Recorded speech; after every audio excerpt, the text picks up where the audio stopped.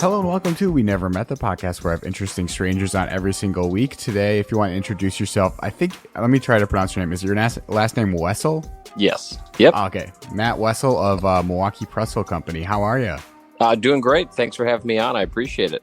Yeah, thanks for coming on. So I guess to start off here, recently the Bucks, they won the NBA Finals, and you made a Bucks head pretzel. Where did that idea come from, and how was did any of the players or personnel in the Bucks get to see that?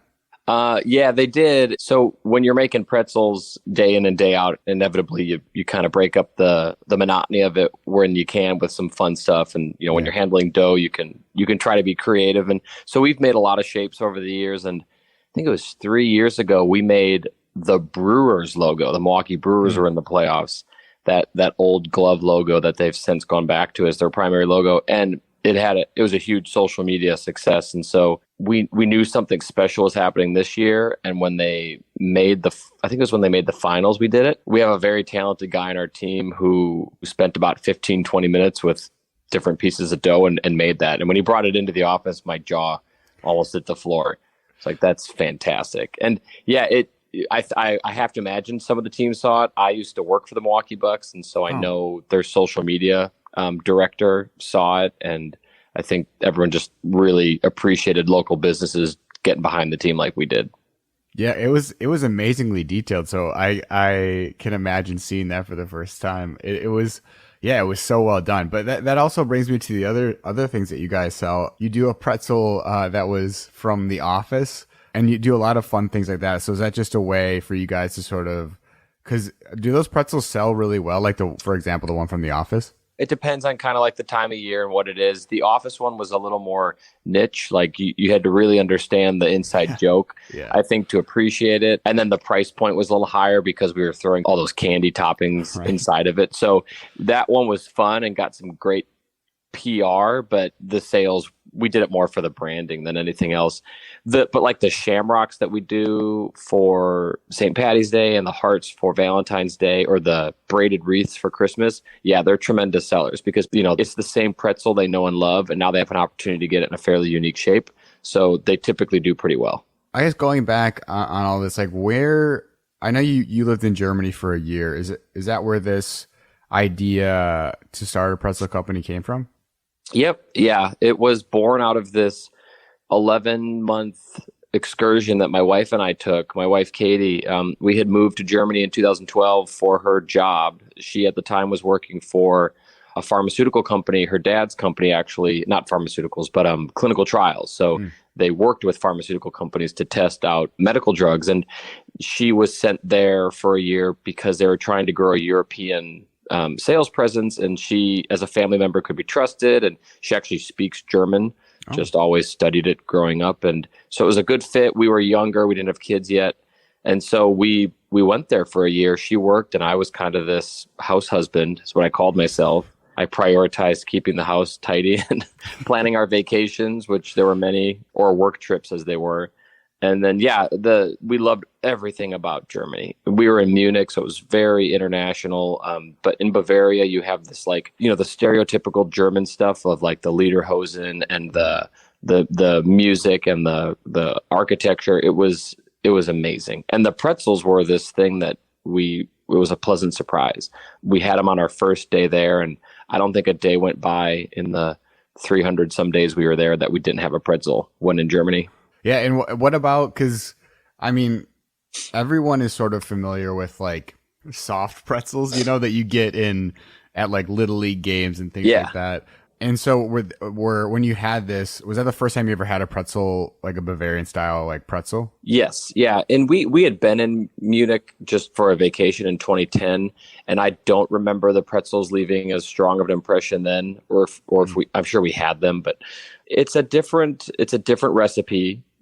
For sure. So the American pretzel that we're all known or used to, like you said, the stadium pretzel, it's just not extremely flavorful. It's typically flavored with sugars and oils, whereas the German pretzel will use rye and it'll use malt, we use real butter in our recipe, a higher concentration of sodium hydroxide or lye, which is what makes the pretzel dark brown. All of that kind of combined to make this more flavorful pretzel that you don't need to have a big thing of nacho cheese to dip it in or a bunch of mustard. I mean, you can. It tastes phenomenal with all of that. But in Germany, you're just kind of grabbing this thing at the supermarket and eating it on the walk home.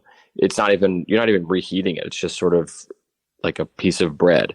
And they serve it similarly. Like at restaurants, it becomes your tableside bread service. Instead of giving you a basket of white bread, you get a basket of pretzels. So it's like a complimentary piece to a bigger meal. It's just, it was different. And so you saw them a lot more. They were at newspaper stands. They were at convenience stores, grocery stores, and then of course, Oktoberfests, things like that. And then you saw it characterized in a lot of German art. If you went into a tchotchke souvenir store with the beer mugs and things like that, you'd see just a lot of pretzels made into different items. And so you could tell the pretzel was a big part of Germans' historical kind of like the culture that they portrayed out to the world. Yeah, and I mean, so what changed for you with like the pretzels that made you want to make it a business? Because even like, I mean, a lot of people are like fans of food or eat food quite often, but it's different to start an entire company around it. So what made you think that it was like viable and made you like so passionate about bringing it here to the US and Milwaukee specifically? I think it was like this convergence of a lot of things and opportunities. So the true story, very true story, is that the idea hit us one night after we were walking home from a beer garden, or stumbling home as it was. We were walking home and Katie pulled out of her purse a pretzel from like 12 hours earlier in the day. Sure. And it was, a little harder or whatever, but still amazingly delicious. And, in our somewhat more bubbly state, we were just like blown away at how good this pretzel was. And we kept talking about it. And because I had quit my job to go to Europe, coming back from Europe, which we knew was only a 1-year thing, I needed to do something. And so we kind of just said, you know what, when we go back, we should do this. We should make pretzels.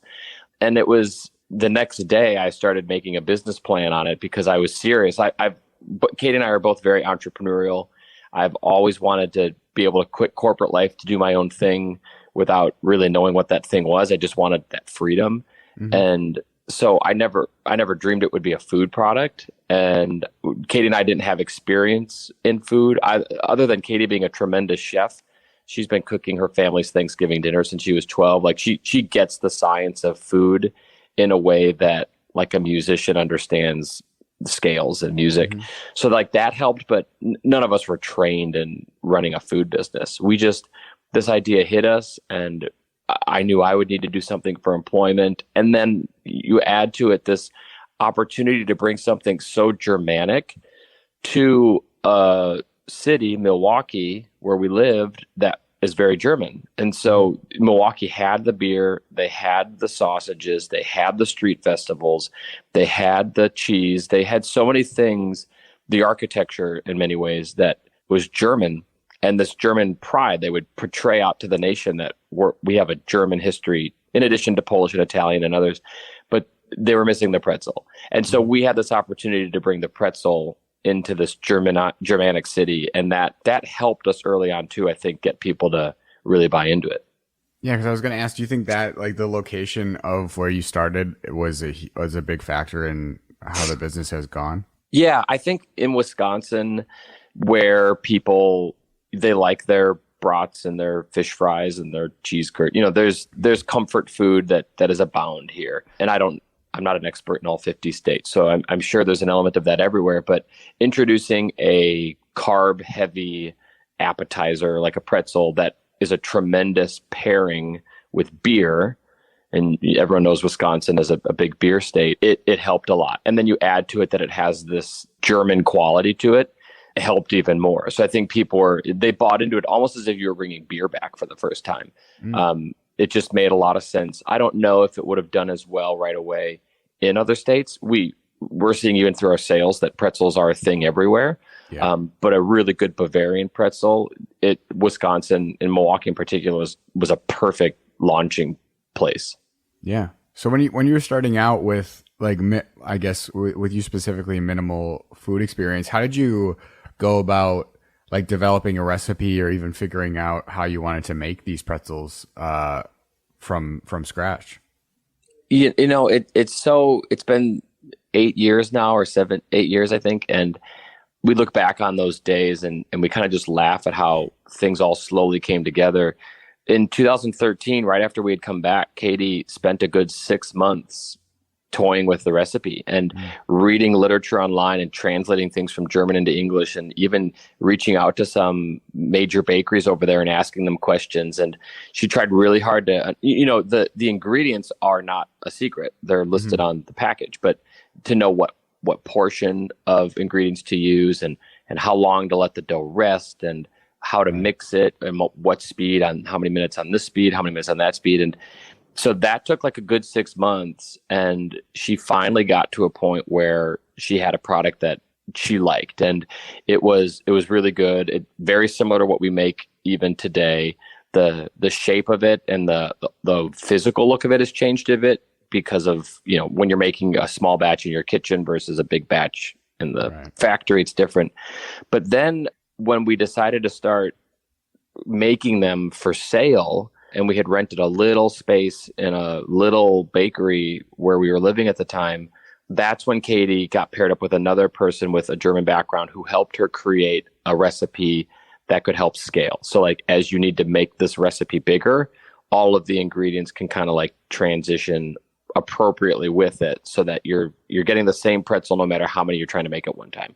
But that was 2013. Our coming out moment as a company happened to be in July of 2013, when we had been renting the space for a couple months. We had a logo. Our family knew we were trying to do this. They thought we were nuts. They're like, that's cute. You're going to start a little pretzel company. That's fun. Well, we went to German Fest here in Milwaukee, their board, to pitch the pretzel, to have them try it and say, hey, we'd love to be a pretzel at your fair next year in 2014. This was on July 6th or something like that. And we got a call. The meeting went well. We got a call the next day from the main organizer saying, listen, we have some booth space available for this year's festival. Do you want to sell them? And that was 3 weeks away. So we had 3 weeks at the time, I think we'd made maybe 50 pretzels, like for commercial use, for like catering maybe. And in 3 weeks, we had to have 2,000 pretzels ready to go, and equipment, and run a booth. We had to get a cash register. All that stuff had to happen so quickly. A banner had to be made. But we pulled it off. We bribed a lot of our family with pizza and beer to come to the bakery and help us in the evenings make pretzels. And we somehow made like 1,900 pretzels and sold them all by the end of the festival. And that was that's when we were born. That's when Milwaukee had their first experience of Milwaukee Pretzel. And from that event, we actually got like 3 wholesale accounts from restaurateurs who were at the festival who said, hey, I want to sell this in my restaurant.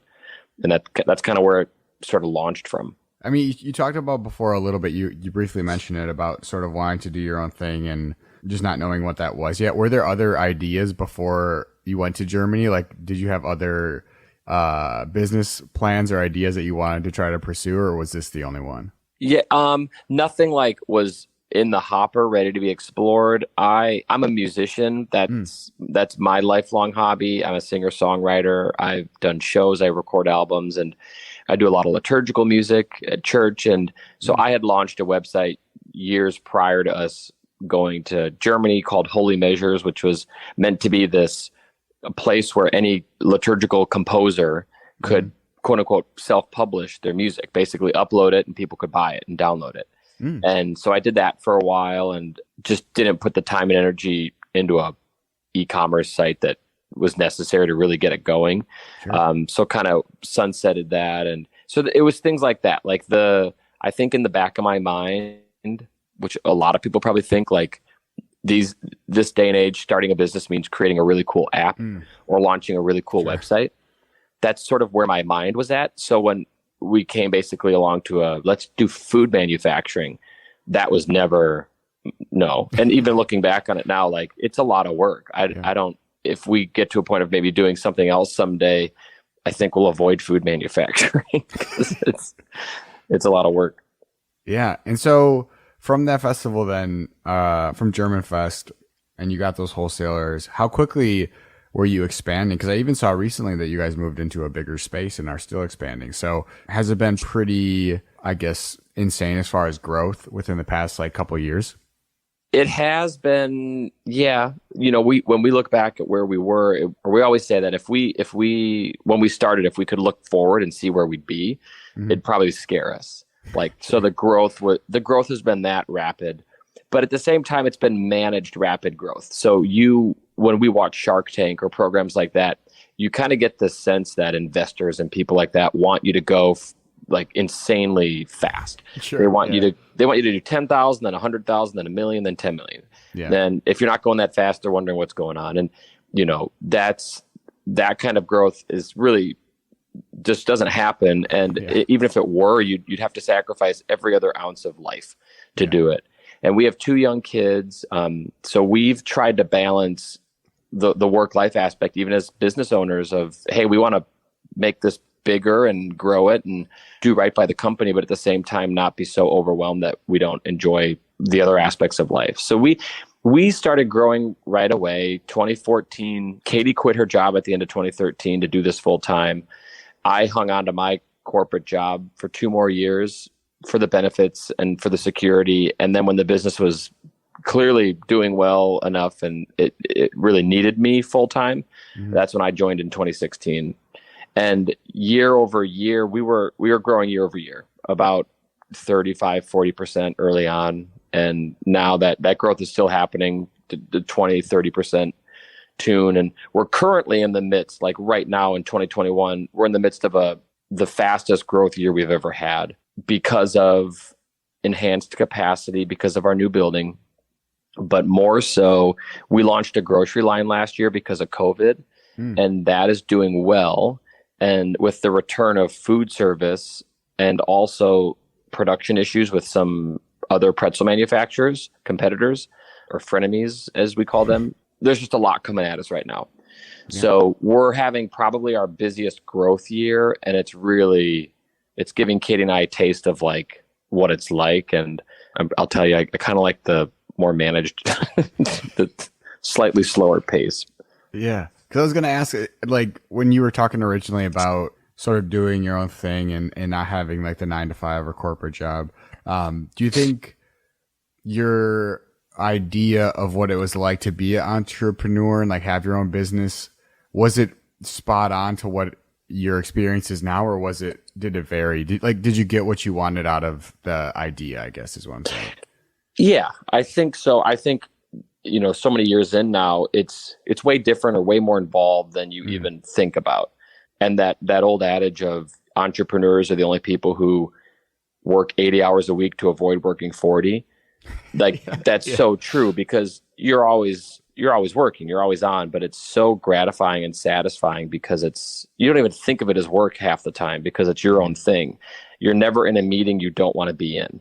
But it's at the time when people that are like drawn to self-employment or doing their own thing, like I was, you think more about releasing yourself from the part of your current job that you don't love. You're not necessarily thinking about the benefits or the downsides of running your own company. It's more about escaping, I feel, what you don't like. Because truly, being an entrepreneur and being a business owner, it can come with a lot of great life flexibility. If a person's business does really well, obviously financial rewards, things like that. But a lot of what, at least for me, it was more like, I don't want to spend those days in the office, worrying about what my boss's boss is thinking or trying to make this colleague happy, and I'm a perfectionist. And so I really struggled with any sort of negative feedback I'd get on something. And that for me was the push to do my own thing. And so, yeah, I got that early on, but now looking back on it, now I'm back to, we have such a big team and I'm not making pretzels every day like I used to. Now there's more HR functions and CFO functions. And it's getting to that point where like that corporateness is sort of returning. And now it's fun to be able to manage what that experience is like for the people that work for us. Yeah. making sure their experience is fun. I like the working 80 to avoid 40. I never heard that before. That's Yeah, really I good. saw that on a poster or a shirt somewhere, and I laughed because I'm like, that's really true. Because you don't do it to avoid hours, you do it to make Yeah. the hours more meaningful. And so we sort of talked about this in a little bit already, but in a less, I guess, concrete way. I was just interested to know from like the very first start when you were in that small kitchen and you had to like make, 2,000 some pretzels for German Fest till now, or even like looking into the future. Has there been any significant things that have changed that made a big impact for you from when you started to now? So if you're strictly looking at the way the business operates and like business efficiencies and things like that, there have been things that we've done. So I think of one as hiring. When we hired our first administrator, he was an operations guy to help us with food safety. It was the first person we were going to pay money to do something beyond make pretzels. And so if you think about food production, when you start, it was Katie, and then it was a couple family members that needed a few hours, and then we hired a couple other people who were looking for jobs on Craigslist, things like that. And you slowly build this team, but you're basically paying people to make the product. And Katie and I are handling sales and bookkeeping and ordering ingredients and all of that other stuff. The people that you're paying money to just come to work, make the product, and leave. When we hired our first person to not do that, but instead to like manage inventory or help us with our food safety plan, that was revolutionary for us because it made us realize how much time we could save by, or at least being able to redirect to other things by bringing somebody in to focus on core areas. It helped relieve a lot of overworked stuff on our end. And then that person and the people that have followed, they help you with like cost savings or revenue generation. So now you have these people who, even though you're paying them to be there, they're also helping you kind of pay for themselves by helping you save money here because they have a different vendor to use for this, or they have an idea to make this more efficient, or they might bring in more revenue because they know a guy that wants pretzels or whatever it might be.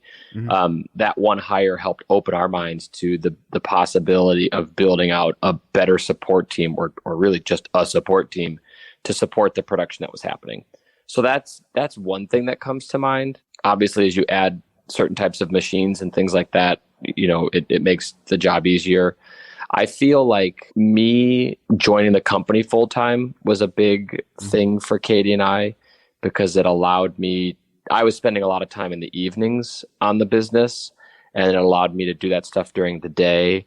And it put us in a room together, for better or for worse, day in and day out, which ultimately was good for the business. So that I think the last thing that comes to mind is Katie really pushing to the company. Our three pillars as a business are employees, quality, and customer service. And that customer service piece has been huge. So part of our success has come from sort of having this attitude that we will always pick up the phone. If you're out of pretzels on a Sunday, we will find a way to get you pretzels, including Katie and me going in on a Sunday morning with our 1-year-old daughter in a car seat to make pretzels.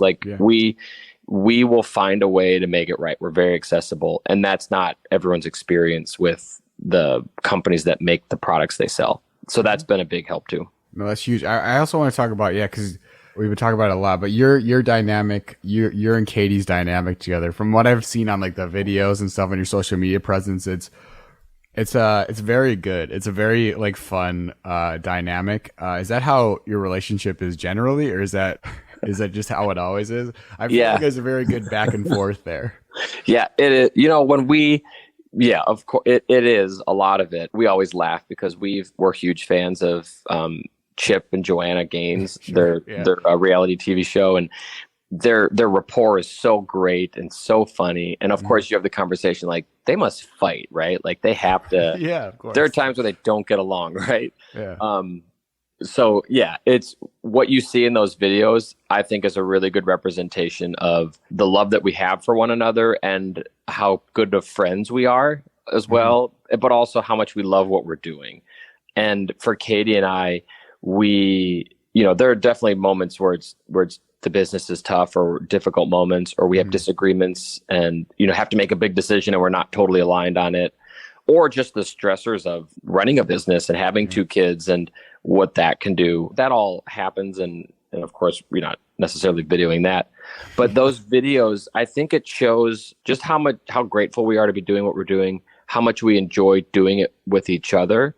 Katie and I have a fairly nice divide between the work that we do in the company, which helps. So she's a big visionary, which is why we gave her the title of CEO. She, at the end of the day, if a massive decision has to be made, she's going to have the final say because her gut when it comes to those things is better. She can also see the potential and know what people can do more than I can. I always tell people if I ran Milwaukee Pretzels solely, that we'd be successful, but we'd be 20th the size. We just wouldn't be as big because we wouldn't have taken the leaps that Katie had us take. And I'm better on the operation side, the logistics, the efficiencies, the financial side of things. So it's a really nice breakdown between our roles. We kind of get along. We like being silly with one another. And so when we have opportunities to do videos together or interviews together or public speak together, whatever it might be, there's this friendly banter and whatever that I think helps portray our brand in a way that we want it to be, which is somewhat self-deprecating. Like we like to make fun of ourselves or we don't take ourselves too seriously. But at the same time, we're a pretzel and that's not overly exciting in and of itself. So how do you make it more exciting? And we think the people that are making the pretzels, including Katie and I, can be a part of that. There's also a lot of self-awareness I hear in your statements. So that I feel like that also helps, and that has to make the dynamic better. But yeah, I also think just from a viewer standpoint, that sort of mentality and how you guys are is also a great recruiting tool. I mean, how could you not want to work at a place where the owners, and your bosses are like that? I feel like it portrays it in a realistic way, but in a way that you want to be a part of it. Yeah, and I love that you said that, and I hope I hope that comes across for everybody. And that's we're authentic in what we're doing, but we definitely are mindful of that ripple effect. And we know from firsthand experience from some of our current employees that have been with us now for a while that, when you're with a startup, you may not get paid as much right away, or the benefits aren't there, and the work might be long and hard, and there are days where unexpected things happen and you just got to work through it. So there's a lot less predictability, but the environment is very familial. And as we've grown, it's been a little hard for us to let go of not being able to know every employee to their who their spouse is and how many kids they have, and because that early on. And now that we're not in the production room every day as often, or our team has grown to some 40 people, it's harder to do that. But we're still accessible. We still go in there every day. We smile and we say hi. People know that they're working for a family company. We'll bring our kids there. If I have to do an early daycare pickup, but work's not done, we'll bring our kids over to the bakery and they'll get to say hi. So I feel like that definitely comes across to our staff. And we know from what they've told us that it's a joy for them to be able to work for a brand and a company that is sort of aligned with their own values, and just to work for nice people. I think we've all been in situations where maybe not our immediate supervisors, but they're just people who kind of steer the ship, who aren't as pleasant or aligned, and it kind of adds to that, well, what am I doing here kind of thing. Yeah, no, that's it's funny you talk about that, because I talked to Pete, who is the owner of Pete's Pops. I don't know if you're familiar with Yeah, Pete's Pops. Yeah, we know Pete. And he has a very similar vibe with how he thinks about and runs his business, about how he wants to make it a fun place to be and for people to enjoy coming and not be stressed out that they have to work, or if things come up, it's not a huge thing. We can figure this out together sort of mentality, which is similar, it seems like, to what you're talking about. Yeah. And Pete, interestingly enough, we've had 4 locations as a business, that small shared kitchen in South Milwaukee, or the small back of the kitchen. And then we moved to a shared kitchen in the 3rd Ward for a year. And then we were at our old facility for almost 6 years in River West and now our new facility. But that facility in the third ward was the back of a restaurant, and Pete was another like subtenant there. So we got to meet Pete when he was first starting making his popsicles, and he's a great guy, a great visionary with what he's doing. And yeah, I think you're right. If you look at, I can only imagine that's how he treats his employees and makes the business, because when you look at his brand and how he positions his product, and you can tell this is a person who just wants to have fun and make it a lighthearted experience, whether it's the employees or the consumers. I'm sure if I walked into like Milwaukee Pretzel and talked to employees, even if you weren't there, you can like tell the trickle down effects of how that affects everyone. Because in Pete's Pops, for example, like when you go to like a pop stand that they're just walking their carts around, like they're all super excited and friendly and nice. And that's not like happenstance. That's like a product of the culture. And I'm sure it's similar at Milwaukee Pretzel too. Yeah, it's something that it is a trickle down effect. It's not like you train them to be that way, but you obviously look for the right people to work for you, but their attitude and their positivity is sort of, right. It's sort of just kind of coming out because of what they're surrounded by at that company. I agree. With all like the growth and success that you've had so far, has there been like specific moments in the company's, I guess, history, because it's already happened thus far, that has really made you stop and appreciate? I mean, even the fact like that you supply pretzels to like the Pfizer Forum or American Family Field, like were there specific events that happened that made you like sort of step out of yourself a little bit and be like, wow, this is insane that this is happening? Yeah,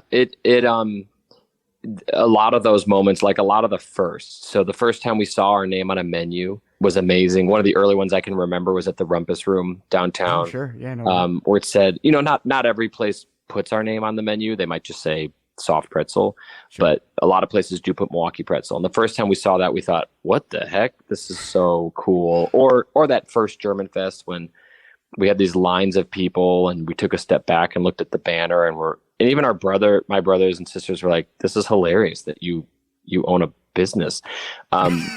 The first, the Pfizer Forum, or at the time the Bradley Center, was huge. The first Bucks game we went to, where our pretzel logo was at a concession stand and we saw people eating the pretzel, was kind of a geeky moment for us. Yeah. I'd say the biggest one recently was last December when Costco picked us up for a few months to do like a seasonal run of our big Bavarian Beast, and to go into a Costco and see a whole freezer stocked with 100 cases of your product was really cool to see. That was one of those, and it's cool for other people to see too, and they kind of realize that you're slowly becoming this, not small boutique mom and pop pretzel manufacturer, but you're taking on more things and your capacity is moving up. And I guess just to circle back to the beginning, we sort of talked about this a little bit, but what is like the main difference?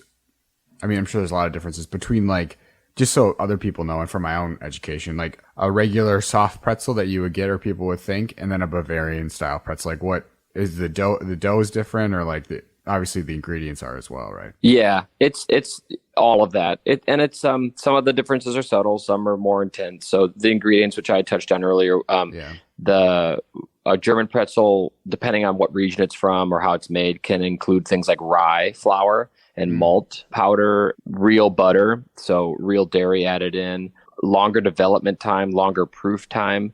So that's like the sauna the thing goes in to help the dough rise. And the lye concentrations, which is the sodium hydroxide, which goes on the pretzel, can be different. The bake time, it's all of those get kind of tweaked differently. But the primary thing is the ingredients and the dough. An American pretzel, at least a lot of the ones we're used to having from the national manufacturers, have different ingredients, and they might use oils instead of butter. They might use sugar. A lot of them use sugar. So an American pretzel typically has sugar in it as a flavoring agent. And that'll make the pretzel a very dark brown at times, or it'll add a sweet taste to it. Or an American pretzel can be a little like bland. There's a reason we put a lot of salt on our pretzels. And there's a reason you typically get a dip with it. Because without both of those, it can be a fairly bland experience. Whereas a German pretzel, in Germany, we were kind of taken aback when we bought our first soft pretzels, there were only like 3 grains of salt on the belly of the pretzel, nowhere else. And you're kind of like looking through the basket trying to find the salted one, and you realize, oh, they don't do that here. And then you taste it, and you're like, oh, there's enough salt in the dough. This is very flavorful on its own. So it's more bagel-like. That texture on the outside has more of a tough exterior, whereas an American pretzel kind of just breaks when you bite into it. Yeah. Obviously, the shape can be a little different. The best way I can describe it is like the difference between a domestic beer and a craft beer. And that's not a knock on either. There's a time and a place for both. But when people have a German pretzel, they realize, oh, I didn't know a pretzel could taste this good. Yeah. That's kind of the difference. And you really have to taste them both to totally know what I'm talking about. Yeah, because every like soft American pretzel that I've had has been just like really dry and unpleasant. Yeah. It's sort of like a vehicle for the dip. Yeah, exactly. Yeah, I agree. That's right. And ours is the exact opposite. And all the ones you get in Germany and any of the other Bavarian ones you can get in the States now, it's meant to be a standalone thing. Just wrapping up here, where can people find out more information about Milwaukee Pretzel and contact you guys either for wholesale or just to reach out and say that they love the pretzels? Where can they go and contact you guys? So our website is MilwaukeePretzel.com, all spelled out. And from that website, they can reach out to us if they have a comment or a question. They can get more information on catering opportunities. If they're restaurants and want wholesale opportunities, that's all there. Or fundraisers. We do a lot of fundraisers now, and we give 50% of all the money raised back to the organization raising the funds. And obviously the biggest thing on our website is to order. So we ship nationwide throughout the week, every week, and they can go there to sign up for coupons or email alerts and whatnot, or just see what our core products are or what seasonal things we might have going. And then otherwise we're in, if they're in the state of Wisconsin or Northern Illinois, or even now the Twin Cities area, we're in a lot of grocery stores. They can find us there, and then festivals here and there throughout the year. And what's your guys, do you have like social media and stuff like that, like Instagram and things like that? Yep, we have Instagram is a big one for us, and Facebook. So I'm pretty sure it's MKE Pretzel on Instagram and spelled out on Facebook, Milwaukee Pretzel. And we have Twitter and I believe a Pinterest page. We have Allie on our team, who we hired to be our director of marketing, who handles all that now, has taken it to a level far beyond what I was doing when I was in charge of it. Yeah, well, thank you so much. I appreciate you taking the time, and it was really great to talk to you. Your product is phenomenal, so everyone should go out and try Milwaukee Pretzel for sure. I really appreciate you having me on and for giving me a chance to share my story. I really appreciate it.